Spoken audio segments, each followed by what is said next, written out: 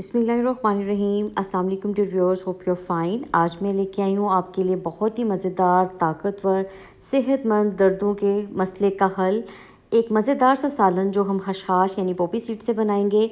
कैसे खशखाश को धोना है और इसको कैसे खुश्क करना है और इसको खुश्क करके हम लंबे अरसे तक महफूज भी कर सकते हैं। इससे बाद में हलवा और कोई भी रेमेडी भी बनाई जा सकती है।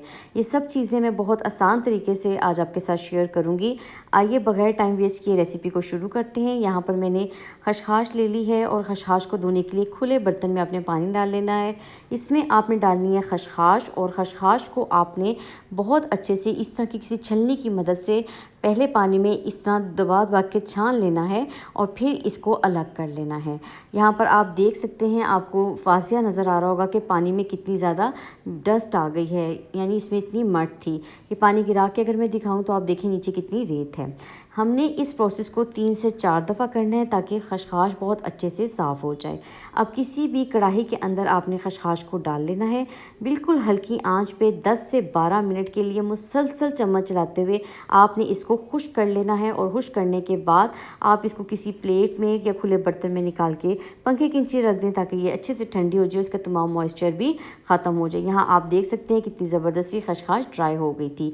एक मैंने साइज़ का प्याज, 2 टमाटर, 3 सब्ज़ मिर्चें, 1 अदरक का 1 इंच का टुकड़ा और 3 से 4 जवों की पेस्ट बना लेते हैं। और यहाँ पर घी ले लिया है कढ़ाई में 1 कप के बराबर, और इसमें ज़ीरा, थोड़ा सा राई दाना और कलवंजी डाल के कड़कड़ा लेंगे सिर्फ 30 सेकंड के लिए। ग्राइंड किए हुए मसाले को इसमें डालेंगे। इसमें अपने जायके के मुताबिक नमक, मिर्च, हल्दी पाउडर हम शामिल कर देंगे और मसाले को अच्छे से पकने के लिए रख देंगे। जब ये अच्छे से गल जाएगा और 20 मिनट तक ये पक जाएगा, बहुत अच्छा सा भुन जाएगा, उतनी देर में हम ये क्या करेंगे कि खशखाश को ग्राइंडर जार में डालते हैं और इसके अंदर 1 कप दूध डाल के इसकी अच्छी सी पेस्ट बना लेते हैं। यहाँ पर आप देख सकते हैं कितना ज़बरदस्त सा मसाला रेडी हो गया है। यहाँ पे घी मुकम्मल तौर पर सेपरेट हो गया था, मसाला बहुत अच्छे से भुन गया था, बहुत अच्छी खुशबू आ रही थी। पेस्ट की हुई, ग्राइंड की हुई जो खशखाश है दूध के साथ हम वो इसमें शामिल कर देंगे और आपने इसको 5 से 7 मिनट के लिए दरमियानी आंच पे मुसलसल चम्मच लाते हुए भून लेना है। ज़बरदस्त सा खशखाश का सालन तैयार है।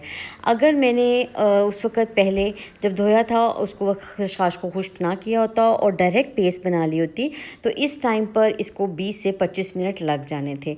तो पहले भुनी हुई खशखाश थी, इसमें एंड पे आप काली मिर्च का पाउडर या गरम मसाला शामिल करें, हरा धनिया और सब्ज़ मिर्चें शामिल करके ये ज़बरदस्त सा सालन तैयार है।